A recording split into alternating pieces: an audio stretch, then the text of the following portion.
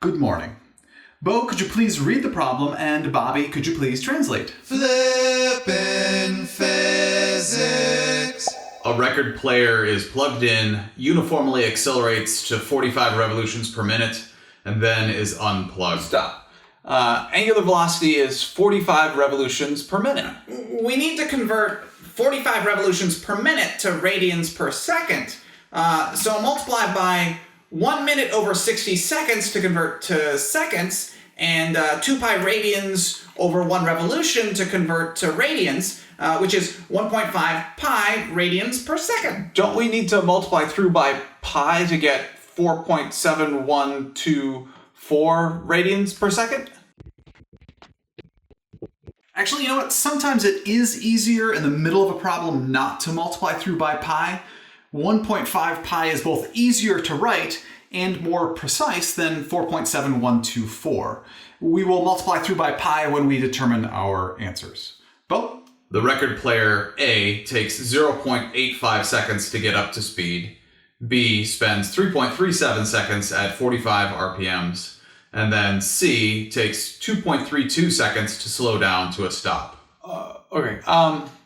The 1.5 pi radians per second is actually the angular velocity for part B. The initial angular velocity for part A is 0, and the final angular velocity for part A is 1.5 pi radians per second. The initial angular velocity for part C is also 1.5 pi radians per second, and the final angular velocity for part C is 0. Don't forget the changes in time. Change in time for part A is 0.85 seconds, part B is 3.37 seconds, and part C is 2.32 seconds. Bo, please continue reading. What is the average angular acceleration of the record player during all 3 parts? Average angular acceleration for all 3 parts equals question mark. It does not actually say in the problem that the 45 revolutions per minute is an angular velocity.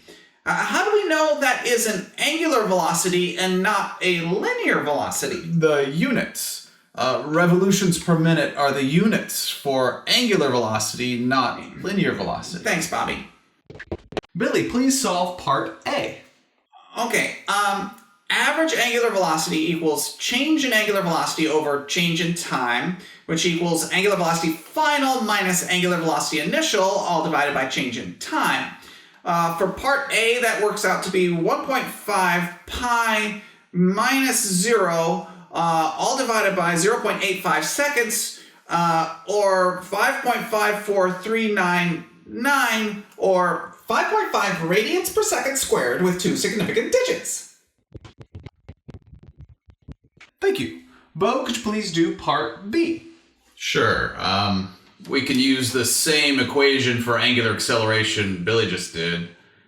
However, we know the angular velocity, not the initial or final angular velocity. Actually, the record player is moving at a constant angular velocity, so the initial and final angular velocities are both 1.5 pi radians per second. Right. The record player is moving at a constant angular velocity during part B, so the change in angular velocity is 0, so the angular acceleration is 0. Duh. Yeah, when the angular velocity of the object is not changing, the angular acceleration is 0. Correct. And part C, please, Bobby. Again, we can use the equation Billy used. Angular acceleration for part C equals angular velocity C final minus angular velocity C initial divided by change in time for part C, which is 0 minus 1.5 pi divided by 2.32, which is negative 2.03120, or negative 2.0 radians per second squared with 2 significant digits. Let's just take a moment to recognize that in this basic example during part A, when the record player is speeding up in a positive direction, the angular acceleration of the record player is positive. During part B, when the record player is moving at a constant angular velocity, the angular acceleration of the record player is 0.